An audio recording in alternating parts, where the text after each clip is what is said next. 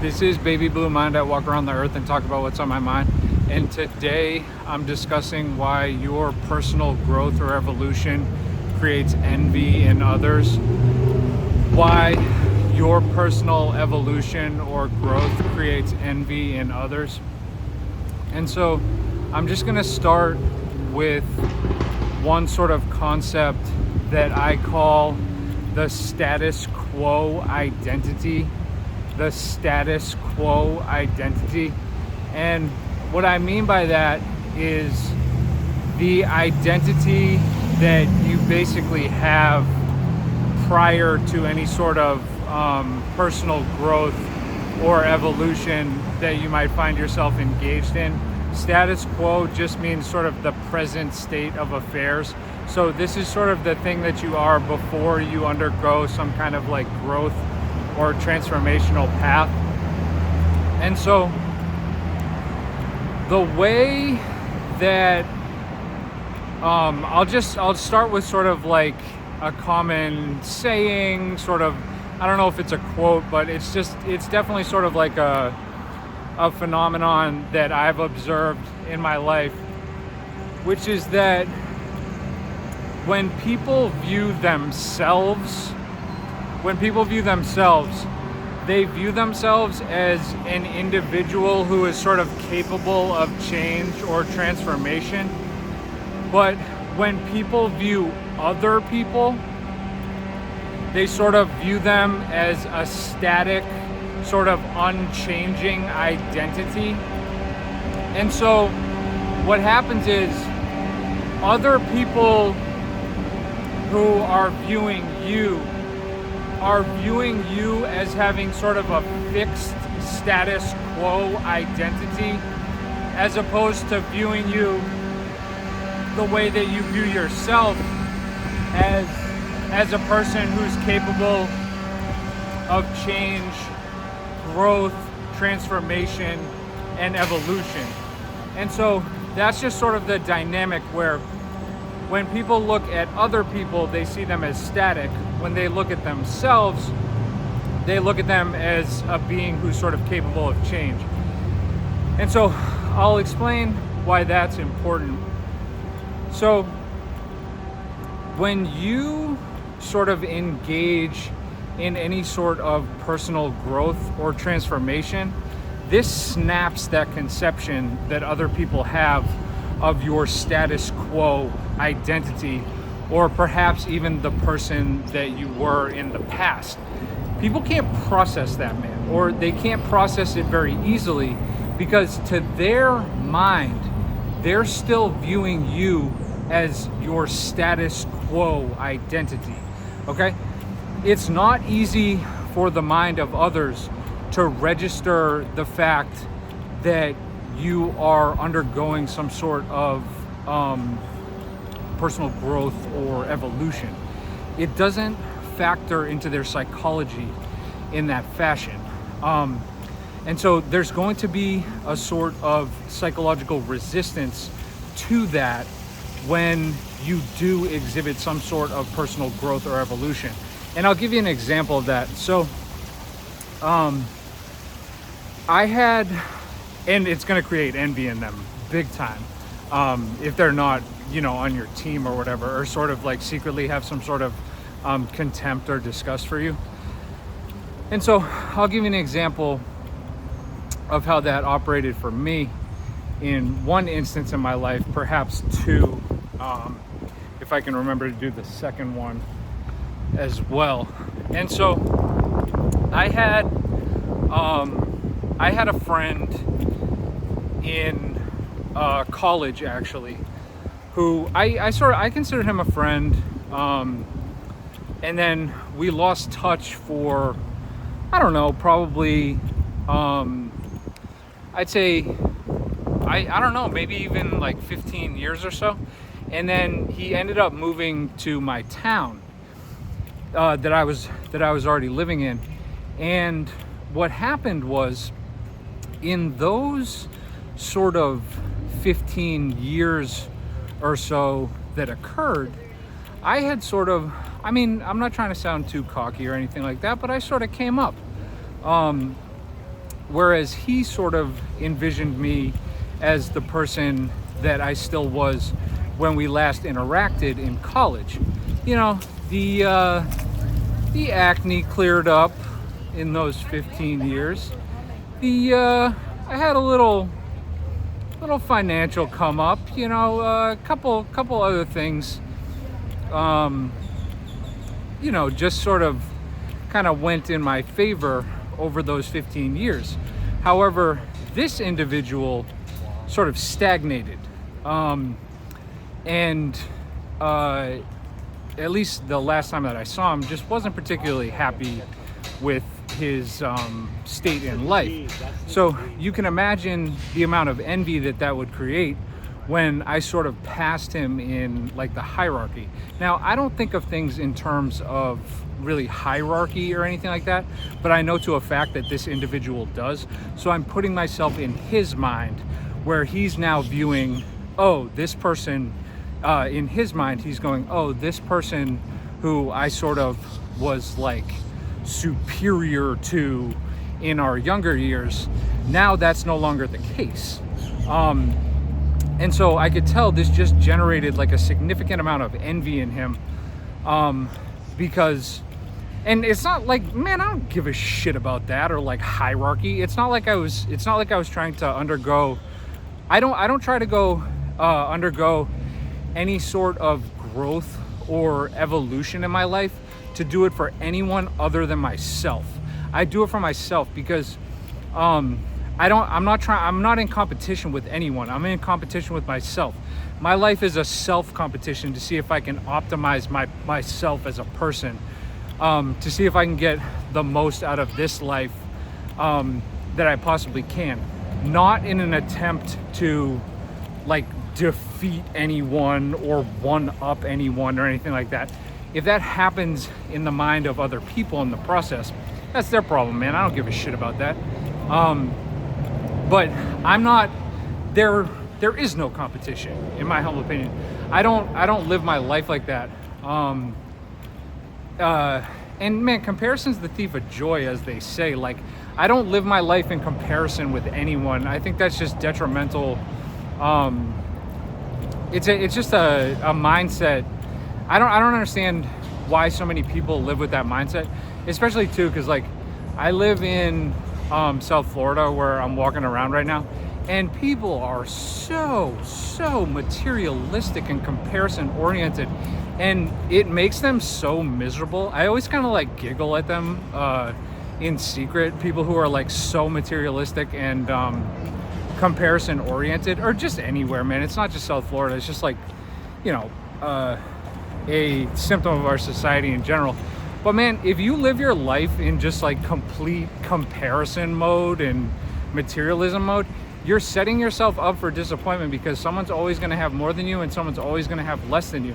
So if you're just in consistent comparison, you're never, ever going to be satisfied with your own existence, or satisfied with the present moment, or be able to exist in the present moment, because you're going to be in consistent comparison with everybody. And to me, I don't look at that as, I look at it as something that's unintelligent to do. I don't think it's an intelligent way to live your life in a fashion where you're just in consistent comparison with everyone. I just find it sort of like a fool's errand, and it's hilarious to me because I live in like the epicenter of, you know, comparison and materialism and all that kind of stuff. But I hold strong, man. I hold strong. I don't fall prey to the materialism and, you know, any of that kind of stuff. And I'm like financially secure too. I'm not saying I'm like, you know, some rich dude or anything like that, but like I don't have I'm not hating on people with money, is what I'm trying to say to you, because I happen to have some myself. So yeah, that, I mean, that just living your life in that comparison mode is just so detrimental for your psyche. So it just makes no sense to me. I'm gonna stop here because there's this pretty cool statue in my neighborhood that I always walk by. I call it my statue, the Baby Blue Mine statue, even though it's not mine at all and I had nothing to do with it. This thing's pretty huge. It's actually kind of fun to look at. Hold on, let me get you a side view here.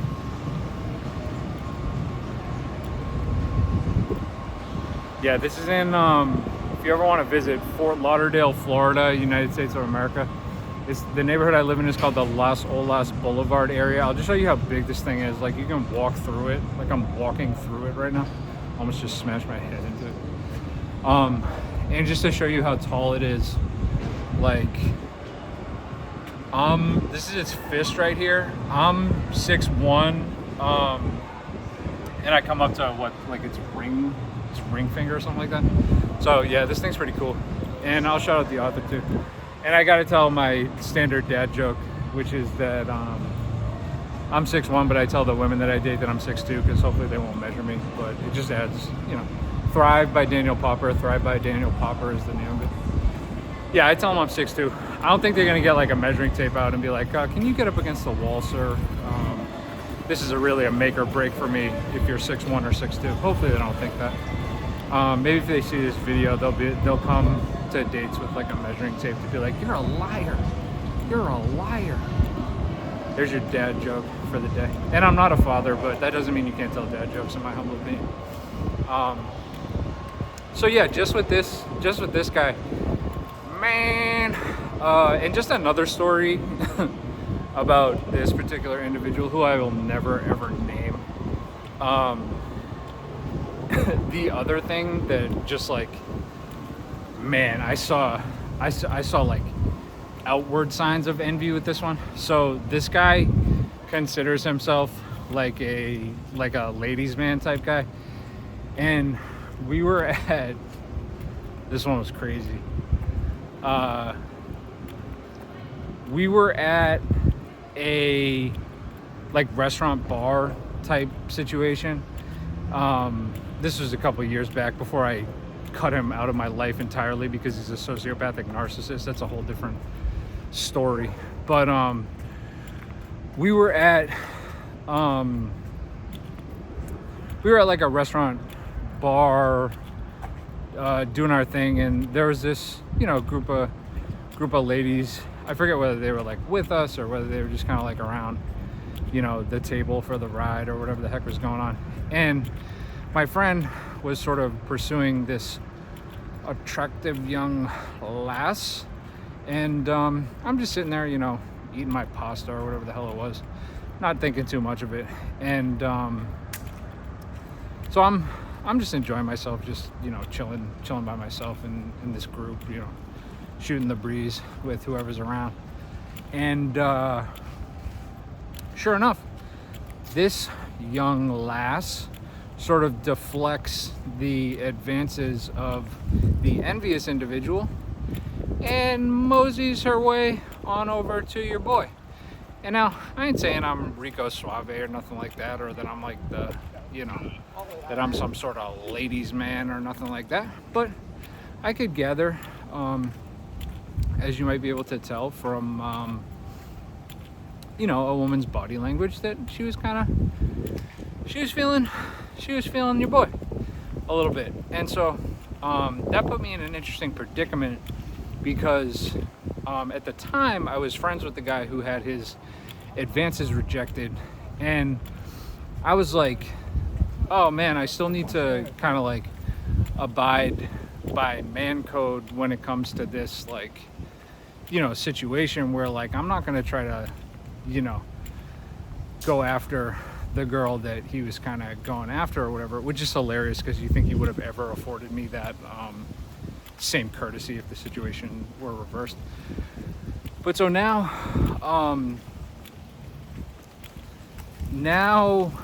I'm in like the position of power essentially when it comes to the dynamic between me and my friend. And now remember, he's used to the status quo version of me, the guy in college who had acne. You know what I'm saying? And I ain't that guy no more. It grew, evolved, and transformed into a different adult essentially. But in his mind, I'm still the guy from college who had acne as a sophomore. You know what I'm saying? And so Now, in my mind, I'm not that guy anymore, obviously, because I've spent 15 years evolving and growing. And so as this is going on and the young lady is showing me some attention, I catch out of the corner of my eye a look of envy on his face that could cut human flesh.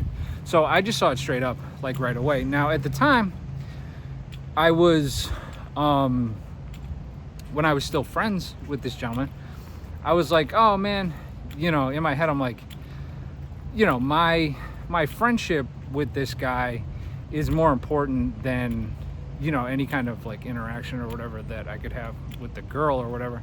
So, the night, just sort of resolved with nothing materialized between me and the girl or anything like that. And, but I never forgot that look of envy that he had and how sort of disturbing it was. Because it's deeply psychologically layered envy. Like, there's multiple steps to it. Like, think about the amount of negative sentiment that gentleman must have been that gentleman must have been experiencing, where as a person who considered himself to sort of be like the he thinks in terms of hierarchy. I don't really, that doesn't really matter too much to me. But as a person who thinks in terms of hierarchy, imagine how much of an ego blow or a narcissistic injury that created in him to see someone who he wants, or who he just sort of perpetually considers inferior, to sort of have that one-upsmanship on him without even trying. It's not like I was trying to like do anything or, pull any kind of stunts or anything like that. And so what it comes down to is, in this commentator's humble opinion, I think that envy results from some sort of ego injury or narcissistic injury that an individual can experience based on your demonstration of personal growth or evolution. That's just sort of how I conceptualize of envy. Because remember, people cannot, especially if they're like, maybe like a hidden hater or a secret hater like this guy was, they can't conceptualize, they can't psychologically process that you can convert yourself through growth and transformation into a different person. Like, that does not factor into their head, because they're like, no, that person's that way, that person's that way, that person's that way. And that could apply to anything, man. It could apply to like some, anything in which you materially shift your identity to in the form of exhibiting personal growth or transformation, man, that can create narcissistic or ego injuries in the people around you, and man, they ain't gonna be happy with that. And a lot of people are just negative sons of bitches anyway, and they just don't want anyone else to be happy if they're not happy. So I would just invite you to sort of keep tabs if people are envious of you, perhaps in your inner circle or in your periphery, because you don't want to be around that, man. Those people try to stifle your growth just because they don't want to see you exhibiting additional growth and converting your identity even more so into something more and more optimized as you age, essentially. And then I'll give you another one in terms of personal growth or making sort of an identity shift on my end, where this was some kind of like cross hybrid of envy and just like, I don't know, hatred. I don't mean hatred I mean hatred in the sense of like being a hater, not in like a person having hate in their heart for you or anything like that. And so just as a little bit of backstory, I started this channel or the concept for starting this channel originated because in 2023 I was in a near-death car accident in Miami. Like, I was in the passenger seat, this car smashed into us, almost died, suffered cervical spine damage, lumbar spine damage, and traumatic brain injury.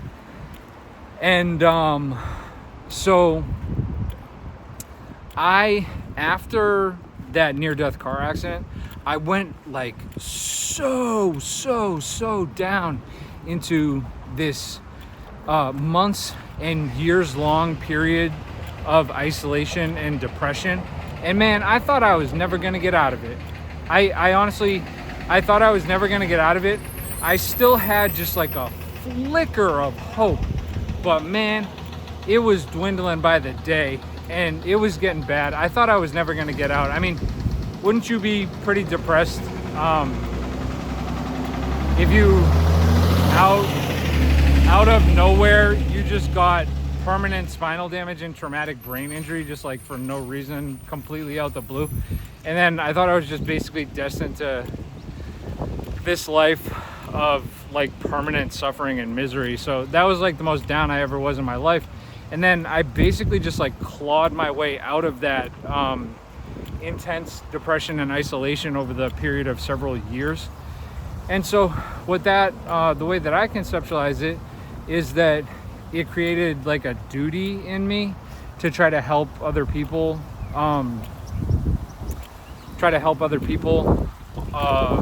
hopefully around the world, to help them sort of claw up or be plucked up out the mud of that, you know, depression or isolation. And so that's sort of like the reason why I started the channel, is to, because I think my life calling is to try to help others who might be going through that sort of particular, you know, situation. I want to do good for the world. That's kind of the whole purpose of it in my One Precious Consciousness, or at least the way that I sort of envision it. And so I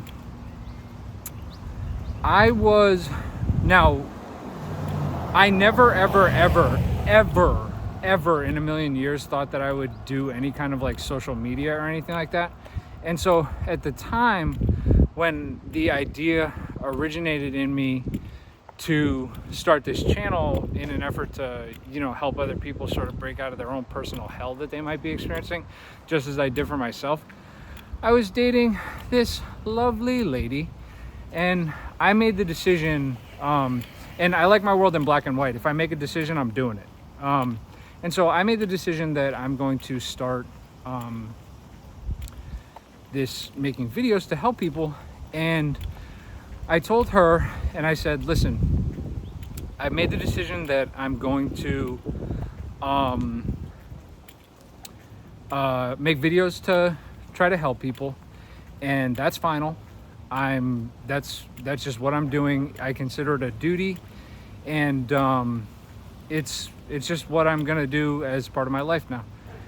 Now, you have to remember, to her mind and to the mind of other people around me, they're viewing me as my status quo identity, the non-creator of videos to help people. They just have my identity structured in their mind, and they can't process the fact that I would convert my identity from someone who doesn't make videos to help people into someone who does make videos to help people. Okay, so here's how her psychology manifested when I raised that decision to her. She said something along the lines of, man, how are you gonna do that? You don't this, you don't that, you don't this, and you don't that. That's what my then girlfriend said in response to me telling her I made a decision to pursue my life calling.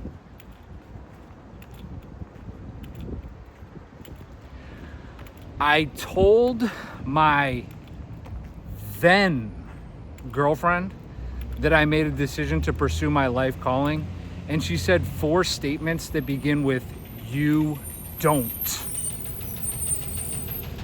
True story.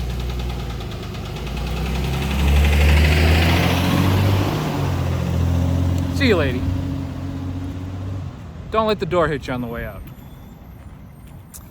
And the reason for that was, now, that's just sort of the way that I identified. And you might be in a relationship like this too if you're watching this, where like the person that you're in the relationship is actually a secret hater with you. And I'll just sort of go into the dynamics of that a little bit, because I've experienced it in my life sometimes when I've been in relationships with people, because your significant other can actually kind of be a secret hater, because it goes back to the same concept of your status quo identity. If you make some kind of personal growth or evolution, man, they get skittish about that. They get skittish about that because the relationship is currently based on your status quo identity. You're being a quantifiable thing in their mind.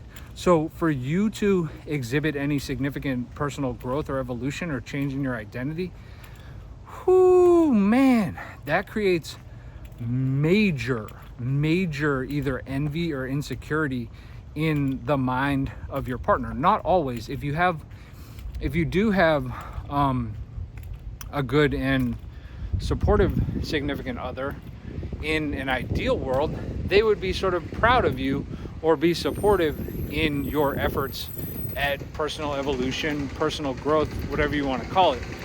But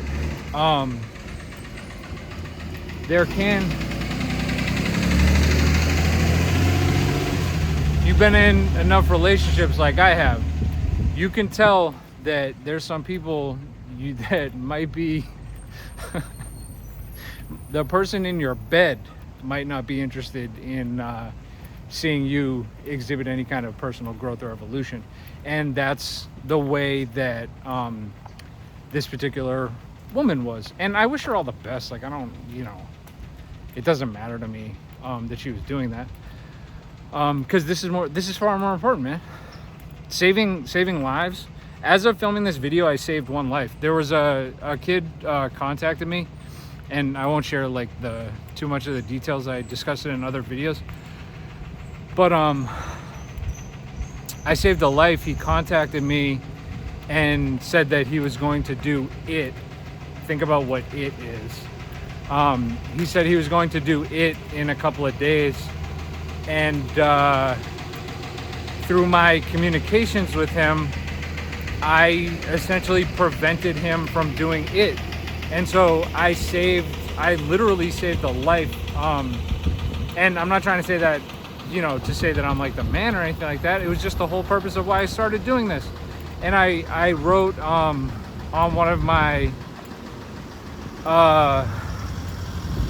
my descriptions for my channel that should one life be saved from the creation of my content, then its purpose has been served. And so already, like, I'm playing with the house's money, man. I already saved a life. That was the whole point of starting to do this. And I'm just getting started, man. It's gonna be one of many, because that's truly my calling in life, is to help people. And if you are watching this and you're one of the people who generally watch me because you might be like super isolated and depressed, I do have to say this, like, I'm not a medical professional, so I can't like advise people on like an individual level. And so if you message me for like advice, I can't really like give it to you. I need to say first and foremost, if you do find yourself like super isolated or depressed or in the position that gentleman that I helped was, man, you need to contact a medical professional immediately. Like, I'm not your guy for that. I'm someone who's like been through it, but I can't advise professionally on that level. I just tried to offer some words of encouragement to this guy, and it ended up, working out in a positive fashion. And then also, you have to remember, I get messages from a lot of people who are like super isolated and depressed, and it's like physically impossible for me to like respond to everyone and be, like an amateur psychologist. Not that I would do that anyway, because I'm not a professional. So like, if you do happen to message me about anything like that and I can't get back to you, it's not like I don't care or something like that. It's just like I get a lot of messages. I just don't have time to like review all of them basically. And like I have a full-time job. Like I have to work and do my life too. So it's not like, it's nothing, it ain't personal, okay? Strictly business. No, it's just, all I'm saying is it's nothing personal. It has nothing to do with my like not caring about you or anything like that. I obviously care about you, or else I wouldn't make these damn videos. So yeah, that's now just back to that sort of relationship dynamic. It's the same principle in operation. Man, I can't get rid of this truck, dude. Is this thing following me around? My goodness. It's like thing's following me. It's the feds. It's the feds. They're on me because I'm wearing my Young Jeezy sweatshirt. Shout out to Young Jeezy, as if you would ever see this, but yeah, that's what that is. It's like a snowman. I'm a big Young Jeezy fan. I don't promote like drug use or anything like that, but I am a Young Jeezy fan, and this is like his logo. Just as a side note, if you can't tell by now, my rants sort of go like all over the place. So, and for those of you who have no idea who Young Jeezy is, he's a hip hop artist from Atlanta, who just makes like really cool music in my opinion. And I'm a millennial, so he was in like the prime time, like 2005 through 2007, like hip hop land or whatever, which was like the prime time when I was listening to hip hop. All you young boys are like, oh man, this old head Unk. Yeah, the young bucks who watch my content, they call me Unk, which is hilarious to me. I'll be a Unk. It doesn't matter to me. I don't mind aging as a man. Actually, I think it's kind of cool.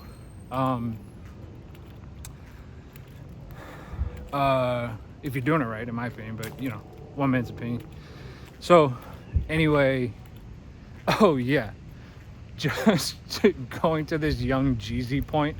So when I don't know when this was, probably like 10 years ago, but I was like, I'm gonna write out my bucket list like in my 20s, just because, I don't know, I'm just gonna write out my bucket list in my 20s. And so I wrote them like as specifically as possible. So one of them was like walk 10 miles in Lithuania, and another one was like do yoga in Brazil, and then another one was like watch let me just make sure I know where I'm going here. Another one was like watch New Year's Eve fireworks in Sydney, Australia. So I was just writing them like as specifically as I could, kind of. And then I don't know, it was back before I was in that near-death car accident. I used to play a ton of golf. I can't really golf that much anymore because of the permanent spinal damage and traumatic brain, like the traumatic brain injury doesn't inhibit it so much, but like if you know anything about golf, it's tough to swing a golf club when you have permanent spinal damage, basically. So I haven't really been able to golf too much because of that. But one of my one of the things that I put on my bucket list, which is by far the hardest one, but I figured I'd throw it on there just for like, I don't know what came over to me to put this one on. It's impossible. Okay, it's literally impossible. It's impossible. I don't know. Nothing is ever impossible, I guess. It was impossible for me to come out of my depression, and I did it. So I guess everything is sort of possible. So, but this one's damn near impossible. I put on my bucket list. Remember, I'm a big Young Jeezy fan, the rapper, and so I put on my bucket list, go golfing with Young Jeezy. Okay.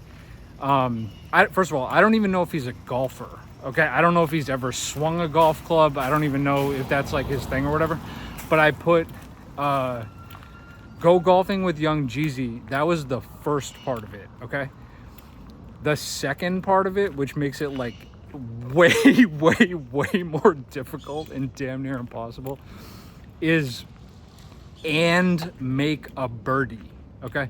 For those of you who don't know what a birdie is, par is like what you're supposed to get on the hole. Basically, if you're like really good at golf, it's like what you're supposed to get. A birdie is when you get one underneath that. So if you would call it like a par 4, it should take you 4 strokes to go from where you start to getting it in the hole if you're like really good at golf. But a birdie is, it only takes you 3 to do it. So it's like super hard. So the hardest thing on my bucket list is to somehow, I don't know Young Jeezy also.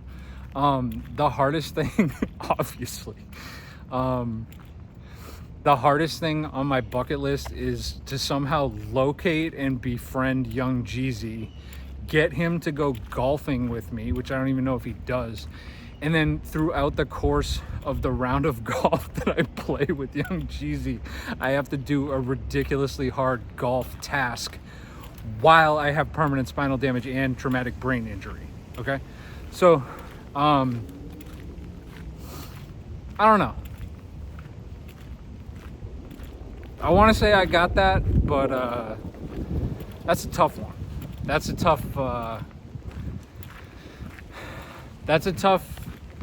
one to pull off. We'll see it. But if anybody who ever randomly sees this video wants to could somehow set that like in motion or something like that, you would literally make my life, because it would be my you would help me cross off by far the most difficult thing on my bucket list. But also, you have to remember, even if I somehow miraculously were to go golfing with Young Jeezy, I also still have to perform making a birdie in front of Young Jeezy. Imagine if, and this is more for the golfers. I understand if you think golf is the dumbest thing ever. I kind of did too before I started doing it, and then I was like, oh, I get why people do this. But imagine how, like, imagine if I was right on the verge of making a birdie in front of Young Jeezy, and now I have to putt it in front of Young Jeezy, and he's watching me, obviously, because we're playing together, and I'm right on the verge of, all I have to do is make one last putt to get it in the hole, and Young Jeezy's watching me. Imagine how much stress I would be under for that. You don't think you'd be a little nervous with Young Jeezy watching you putt, trying to clear something off your bucket list? I'd be a little nervous, I'm not gonna lie to you. I don't know if my hand would start shaking, and that might sort of affect the trajectory of the putt. But man, I'd hit that shit. Give me the opportunity. Give me the opportunity, Jeezy. Give me the opportunity. Wow, I have no idea how this, whatever the hell we were talking about, went so far off the rails. But if you've seen my other videos, this is kind of what I do. I start talking about one thing and then just start talking about like 80 other different things. So yeah, now that we discussed the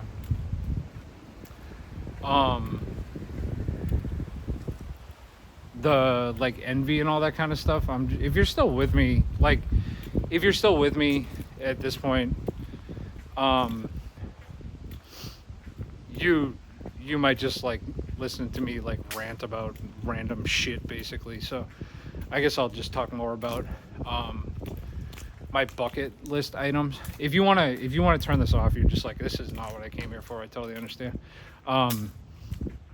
But if you're with me and you want to just hear me keep like ranting about random stuff, then knock yourself out.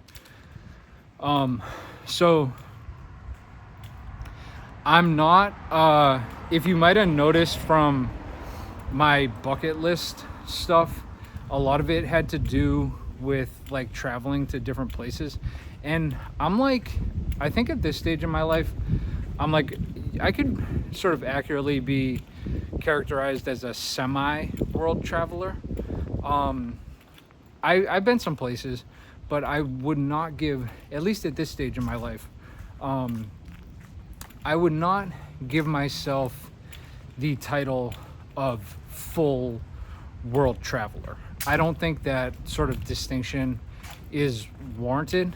But like, I've been at this stage in my life, I've been to, let's see if I can recount them: Japan, Costa Rica, Panama, London, England, Dublin, Ireland. The hell else have I been? I think I'm forgetting some others, but it's been a long day. I worked all day today, man, so my brain, I do this in my spare time, just like walk around and talk to people. So, but like,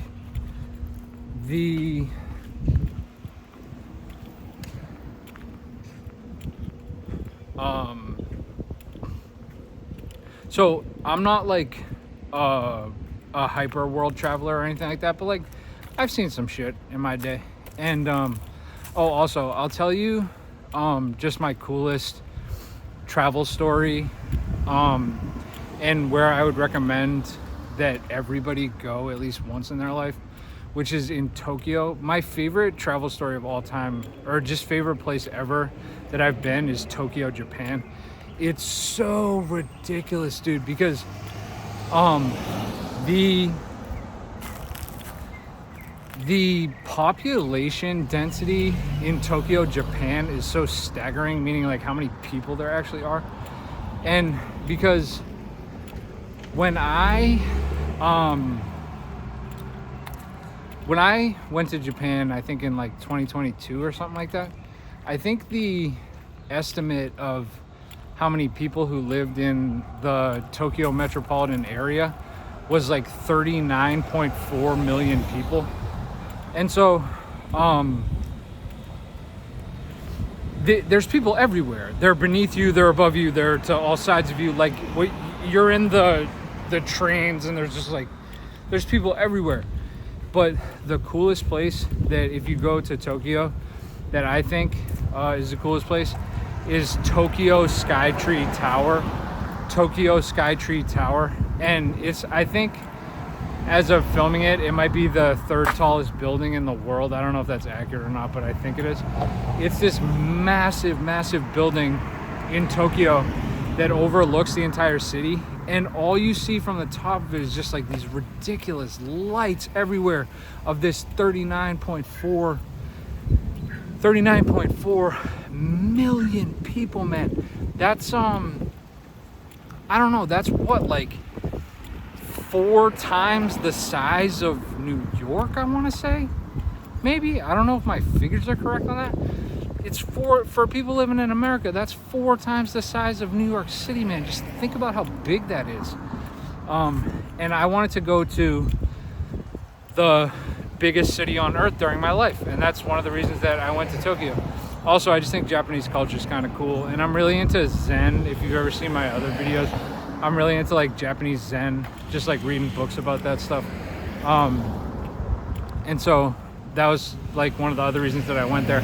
And then the coolest thing that I've ever done in my life, actually, no, the coolest thing I ever did in my life was saving that guy's life, who was gonna do it. That's probably the coolest thing I've ever done in my life.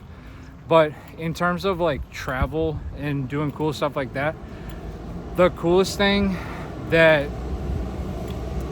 I've ever done in my life, so I used to, I haven't been able to do it too much anymore, just because of, again, that like spinal damage really messed up my life in terms of the amount of physical activity that I can do. But before I had the spinal damage, I was doing like a ton of yoga. I just went through this yoga phase over the course of about 5 years, where I was just like, man, I was doing hot yoga like every single day. It was like one of the main things in my life. And so I just got like, I got loosey-goosey, you know? And my favorite, especially in the hips, and my favorite pose is called Padmasana. It's the, like, if you've ever seen the statues of the Buddha where he has his legs like folded like a pretzel. I was doing so much yoga and my hips loosened up so much that I could do that pose. I can still do it, but I have to I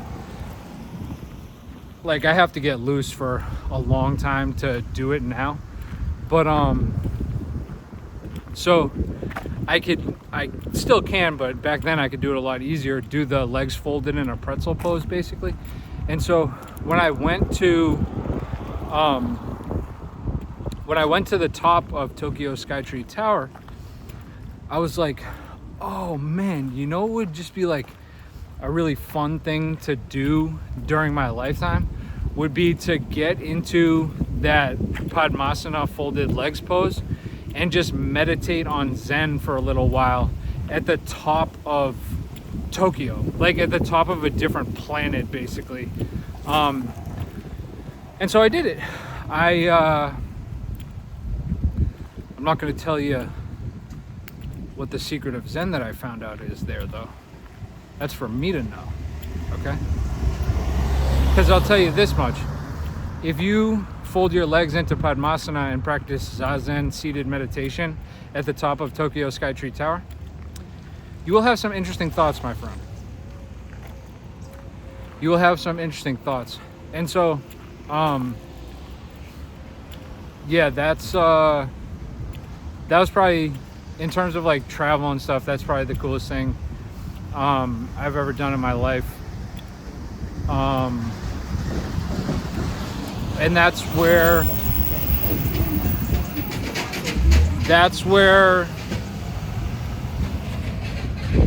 I discovered the secret of life. But I mean, if I told you, it wouldn't be a secret, you know? So I kind of gotta keep my lips zipped on that one. But if you ask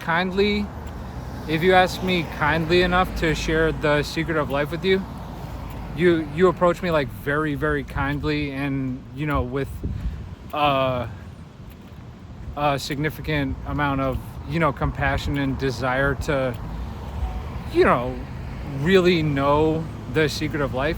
If you approach me in that sort of kind and compassionate fashion, I'm still not going to tell you, okay?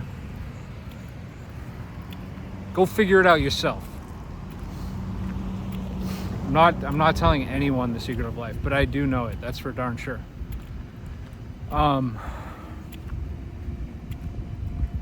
Yeah, so that's how, but even over figuring out the secret of life, saving that one guy's life is still, I think, cooler than that, because I never thought I would save a life in my lifetime, you know.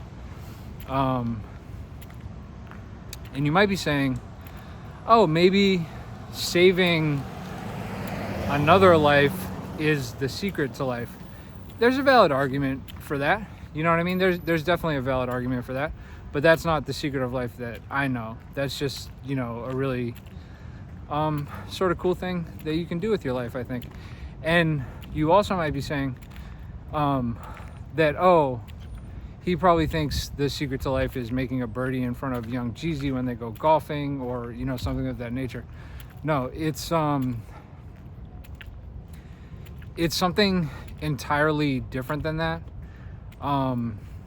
And it's like, it's a little difficult to describe. It's complex and simple simultaneously, if that makes sense. Just sort of like it relates to Zen. But it's complex and simple simultaneously. And once you sort of figure out the enigma, it becomes simple to you, essentially.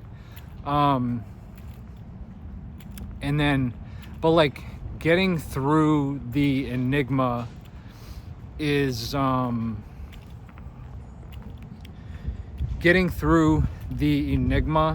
the hardest part. But then, like, it's like, I don't know how you describe it. Like once you solve the enigma, the answer is simple, if that makes sense. Solving the enigma is the hardest part, but where you do it is what I was doing. I mean, you have to, I'll give you at least sort of one kind of practical step. It's different for everyone. Okay? Solving the secret of life is different for everyone. It's not one, it's not like a one size fits all sort of solution. You have to, it's subjective to each individual. It's not like I can just say, oh, the secret of life is this. You have to come to your own sort of self-discovery, your own, it's like what we were talking about. You have to undergo your own process of growth and evolution to get to that secret of life thing. But my secret of life is different than yours. Is different than every other person on planet Earth. But I know it's the secret of my life. Now, do I know, and I can't share the secret of my life with you because it's my life. You know what I mean? You gotta figure out the secret to your own life. Because remember, the secret to my life is not the secret to your life, man. We live two entirely different lives. How could it possibly be the same? It's subjective to each individual. You know? And for me, I think at least part of the process by which I figured out my secret of life was sort of the journey that I took from being a person who was born and raised in Boston, Massachusetts, United States of America, to the top of Tokyo Skytree Tower, meditating in Padmasana pose on Zen. Because the journey is it's the journey, man. And I always say this, man. Well, first of all, the journey is life. We only focus on the stops along the journey where that's going to happen, but the journey is life, man. Enjoying the journey is something that countless older wise men have told me, man. They always say that. Always, always, always. These old guys that I used to golf with all the time in my 20s, they would always, always, always say that to me. They'd be like, enjoy the journey. Enjoy the journey. Enjoy the journey. And this is coming from the wisest people that I know. Enjoy the journey. And then the other thing that I always say, and this isn't my own subjective individual like secret to life, but I definitely think it's one of just an interesting way to conceptualize a life. And I'm a little biased because I do it all the time, but man, as far as I'm concerned, life's one big long walk. That's all it is. It's one big long walk. Not just for me, for everyone. It's one big long walk.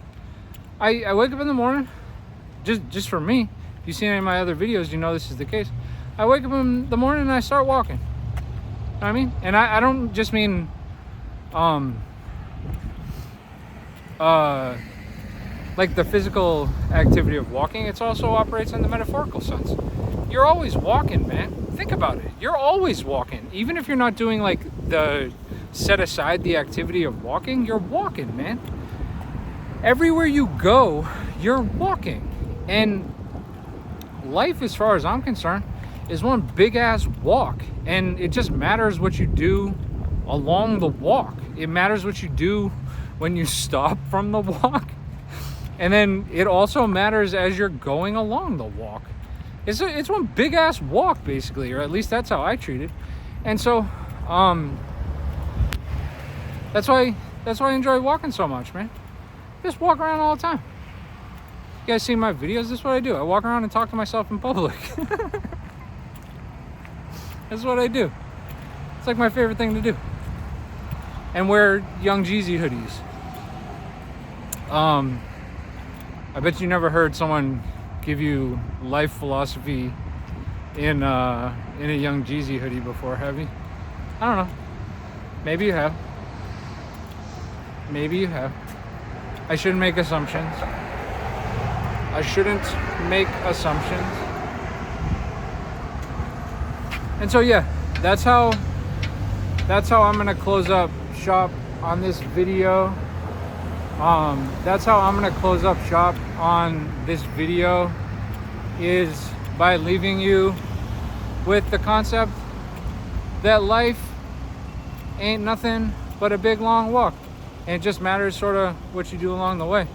And then another thing that I heard that I thought was, you know, sort of profound, is that when you're on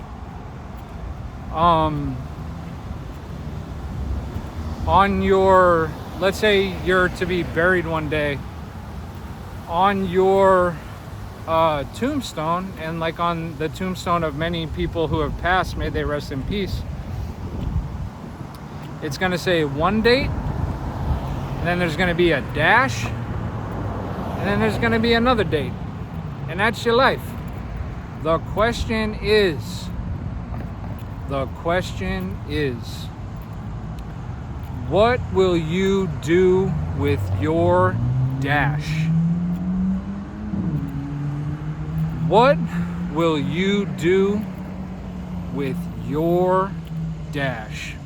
I'll leave you on that one. This is Baby Blue Mind. Baby blue like the color, mind like the one that got a little sidetracked today, but hopefully you just like listen to me talk at this point.